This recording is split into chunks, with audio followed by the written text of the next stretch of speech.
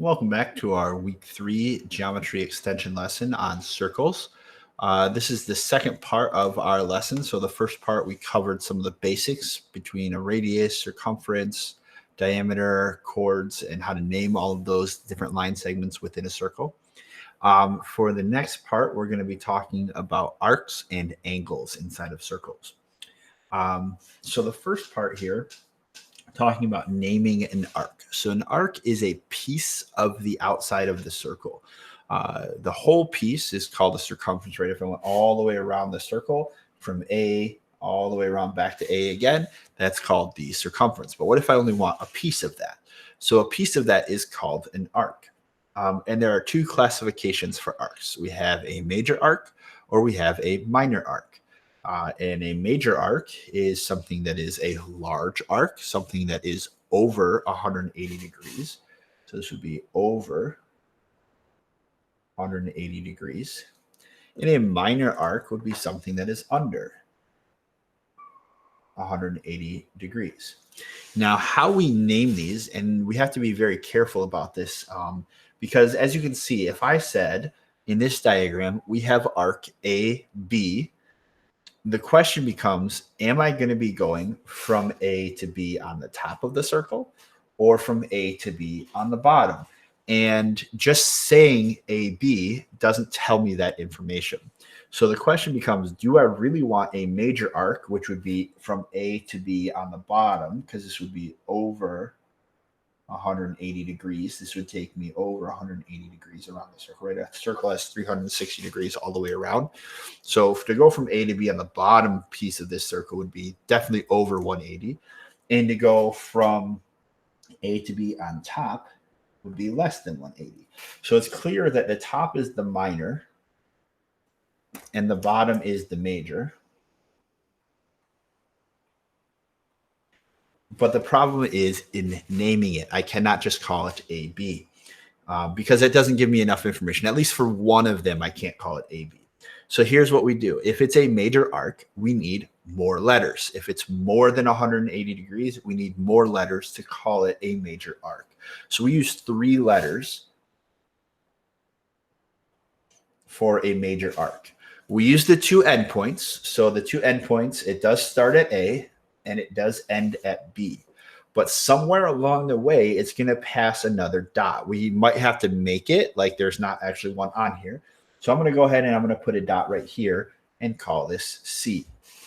So now I can call this major arc A, C, B. It starts at A, it crosses through C, and then it ends at B. So this would be major arc A, C, B. And then the symbol that we use, we put a little arc on top of it, almost like a parenthesis that goes over the top. So it's definitely not a straight line because we're not creating a straight line, we're creating an arc. For the minor arcs, since it has less than 180 degrees, we can use smaller amounts of letters. This one we will just call AB. So we're going to use 2 letters. I'll try to space this out a little bit better. It does start at A and it goes to B. So if I'm just saying 2 letters, that means that I'm saying this arc is less than 180 degrees. So I'm going to call this arc AB. And again, we use that little almost sideways parenthesis. We draw a little arc over the top of the 2 letters. So we have arc AB. So one is over 180. One is under 180. What if we have an arc that is exactly 180 degrees? So a circle cut in half, right, is called a semicircle. We have a semicircle here. So these semicircles are exactly 180 degrees. We still have to use 3 letters.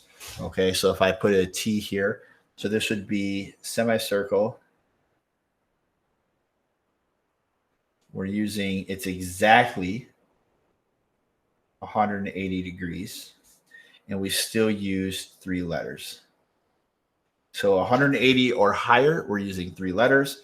I would call this arc A, T, B, right? Because it starts at A, goes to T, and B. I could use I'm sure some people are thinking, can I write this backwards? And the answer is absolutely you can. So I could call it B, T, A, but notice that T always has to be in the middle. T is in the middle, has to be in the middle of the two endpoints that you're starting and stopping at. So you can call it that. So this one I could call arc BA, and this one I could call BCA if I wanted to. I'm kind of didn't leave myself enough space there, but I could call this BCA as long as C is still in the middle, and I put my little arc symbol over the top. So these are major and minor arcs. We measure them in degrees, right? So like it's over 180, under 180. So these are measured in degrees. We know that a circle always has to add up to 180. So this arc would be 180 degrees on top, and this one would also be 180 degrees on the bottom because altogether they have to add to 180. So in my first example, if I said that the mark from A to B, let's say this was 60 degrees. Let's say I told you the minor arc was 60 degrees. Well, if a circle has a total, sorry, I'm trying to get that straight for you. If a circle has a total of 360 degrees and 60 are on the top, how many are on the bottom? 300 degrees. So we know that this major arc is going to be 300 degrees. And we know that this minor arc is going to be 60 degrees because those are the numbers that I gave you. It's not always going to be the case, but you have to add all the different pieces together. And I'll give you another example of that in just a minute once we get to our example stage of the video here. But just knowing that the arcs, all the pieces of a circle have to add to 360 degrees. They're measured in degrees, and they have to add to 360. So that's arcs. The last piece of information that I have to share with you are different types of angles that happen inside of a circle. The two different types are an inscribed angle and a central angle. I'm actually going to start with the central angle. It's as it sounds, central. We have a center point, so we have a central angle. So if I have 2 points that are on my circle somewhere, just make those up. Let's call it circle P. I'm going from A to B. So the central angle is the angle that is formed between these 3 points in the center of the circle. So the central angle would be if I connected B to P and A to P. The central angle for this arc would be right here. Okay, so this central angle, this would be my degrees. Maybe it's, let's call it 60 degrees. What's interesting is the central angle. So this would be angle APB, or you could call it angle BPA, right? So you can switch those letters around. So APB or BPA, that would be your central angle. And it matches with the arc up here, right, from A to B. So it correlates to arc AB. So we have arc AB here. Central angles and their corresponding arcs.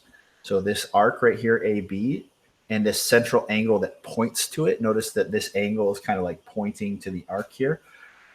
They're equal to each other, right? We measure arcs in degrees and we measure angles in degrees. If it is a central angle, so the central angle equals its corresponding arc. So the degrees, the central angle degrees are equal to the corresponding arc degrees. So if my central angle is 60 degrees, then my corresponding arc is also 60 degrees. If my central angle is 100, my corresponding arc is 100, right? So let me just do another quick example down below this.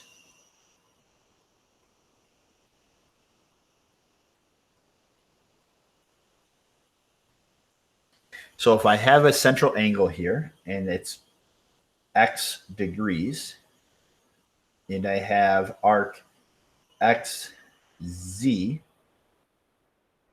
okay? So if I said that arc xz equals 87 degrees. So if I know that this whole distance right here is 87 degrees, then the question is what is the measure of angle XPZ? It is also 87 degrees because these form the central angle together right here. They all kind of correspond. So this angle measure and this arc measure are equal to each other. So the angle in between at x degrees is actually equal to 87 degrees. So that would be your central angle. The last angle measure, the other piece of information, vocabulary that we have, is what we call an inscribed angle. An inscribed angle is slightly different. So this is a type of angle that the vertex, the point, right, the vertex is actually on the edge of the circle. So let me create a couple of points here. A, B, C. So I've got some points on my circle. I've got point A, point B, and point C. So the inscribed angle, what happens here is where the angle is formed between 3 points that are on the outside of the circle. So my inscribed angle would be angle ACB. So it would be this angle right here where it's on the inside of the circle, not in the center, but actually on the edge of the circle. So this would be angle ACB, or you can go the other way, angle BCA. So there's my inscribed angle. It still correlates, right? Its corresponding arc is right here. What is it pointing at? So that's kind of how I always think about it, is what is this angle pointing at? If you were to draw an arrow from the angle to the arc, what arc is it pointing at? It's pointing at arc AB in this case, right? So it's still pointing at that arc right there. So it's pointing at arc AB or BA, however you want to call it. It's pointing at arc BA. So how are inscribed angles and the central angles, or excuse me, inscribed angles and their arc measures related? Well, the inscribed angle, if let's say this is 60 degrees again, and I told you the relationship here, this will be 30 degrees. So the inscribed angle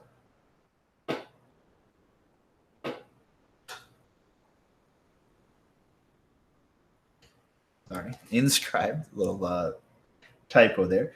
Inscribed angle is equal to 1/2 of its corresponding arc. Okay, so the inscribed angle degrees is equal to 1/2 of the corresponding arc angle measured. So a couple examples real quickly on that. Just throw one together here. If I have a circle that has an inscribed angle, X, Y, Z, if I'm trying to figure out how big angle Y here is, angle XYZ, so angle, let's call that X degrees, but I know that its arc, that it's formed with it, let's say that that is 110 degrees. Okay, if this is 110 degrees. So arc X, Z, arc XZ is 110 degrees. Then how big is angle XYZ? Well, if it's an inscribed angle, it is exactly half of that. So half of 110, 55 degrees. So inscribed angles are 55. Now, if I knew this was 55, I multiply it by 2 to get 110. And that is how an inscribed angle works. Okay. So just to kind of recap again through all of these little vocabulary and notes examples that we have for you here. Going back to the arcs, we have 2 types of arcs. We have major and minor arcs. You can have a lot of minor arcs in one picture, right? So I have like arc AB, arc BC, arc CA. Okay, so those are all minor arcs. If I also have multiple major arcs, BAC, ACB, something that's over 180 degrees will always be a major arc. But no matter what, when I add all the pieces of the circle together, I should end up with 360 degrees. Okay, you have a semicircle, which is exactly 180 degrees. For the arc measure, we still use 3 letters to name it. So 3 letters for bigger, 180 or bigger, 2 letters for smaller than 180 degrees.